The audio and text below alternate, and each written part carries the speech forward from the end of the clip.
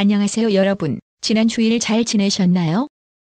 사람 사는 세상 노무현 재단 유시민 이사장과 자유한국당 홍준표 전 대표가 KBS 1TV 신규 프로그램 정치합시다에서 토론한다. 16일 KBS에 따르면 정치합시다는 유 이사장과 홍 전 대표가 출연하는 정치 주제의 토크쇼다. 정치, 민주주의, 선거, 의회 등 키워드를 중심으로 정치의 본질과 시민의 정치 참여가 갖는 의미를 짚어보고 내년 총선까지 민심 이동을 살핀다.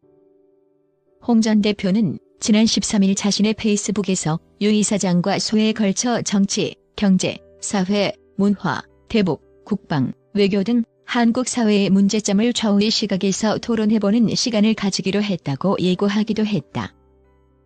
유 이사장과 홍 전 대표는 전날 정치합시다 첫 녹화를 마친 것으로 전해졌다.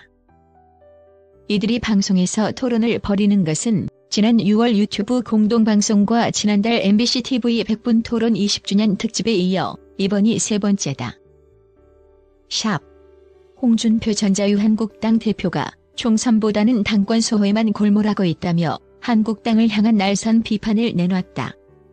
홍 전 대표는 16일 자신의 페이스북에 올린 글에서 총선에서 지면 당권도 허공으로 날아가 버리는데 자기 개인이 국회의원에 재당선되어 본들 무슨 의미가 있나라며 이같이 목소리를 높였다. 그러면서 홍 전 대표는 전날 유시민 노무현 재단 이사장과 토크쇼 녹화에 대해 언급하면서 더불어민주당의 총선 전력과 한국당의 상황을 비교했다. 홍 전 대표는 유시민 전 장관의 예측은 내년 총선은 탄핵당한 세력들의 마지막 청산 작업을 하는 총선이 될 것이라 단정했다면서 우리 당의 주축을 이루고 있는 탄핵당한 세력들 청산 작업을 하는 마지막 청산 작업이 내년 총선이라고 했다고 상황을 짚었다.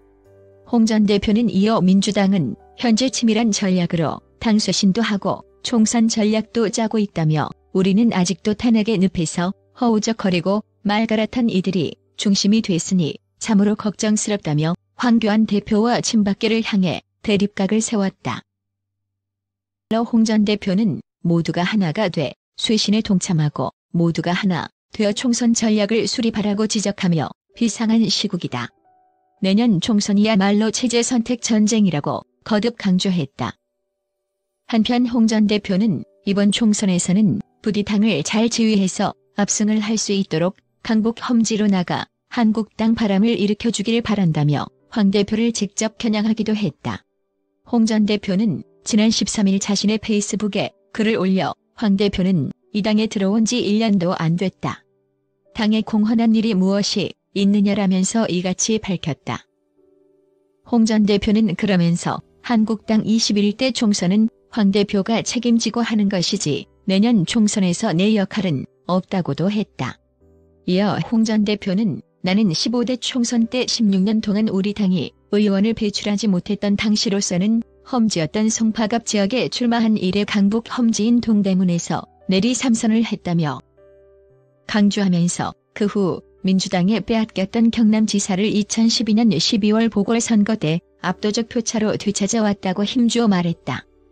아울러 홍 전 대표는 4%밖에 안 되던 당의 지지율로 괴멸 직전까지 갔던 우리 당을 지난 탄핵 대선 때 24.1%까지 올려놓아 살렸다면서 나는 지난 24년 동안 입당 이후 대여 저격수 활동, 험지에서 정치 활동을 하면서 이 당에 무한 헌신을 해왔다고 목소리를 높였다.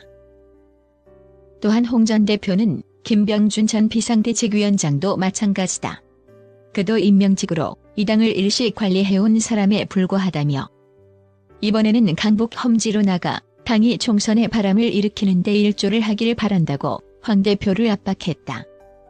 홍 전 대표는 또한 나는 21대 총선을 보고 출마하는 것이 아니라 2022년 2월 대선 승리를 하는 데 역할을 하기 위해 출마하는 것이고 출마 지역도 그것을 기준으로 내가 정한다며 더 이상 내 거취를 두고 당에서 왈가왈부하지 말라고 나를 세웠다. 홍 전 대표는 그러면서 언제나 내가 할 일은 내가 알아서 한다.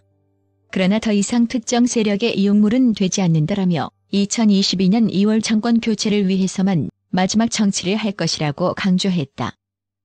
안녕하세요. 다음 비디오에서 만나요. 좋은 하루 보내세요.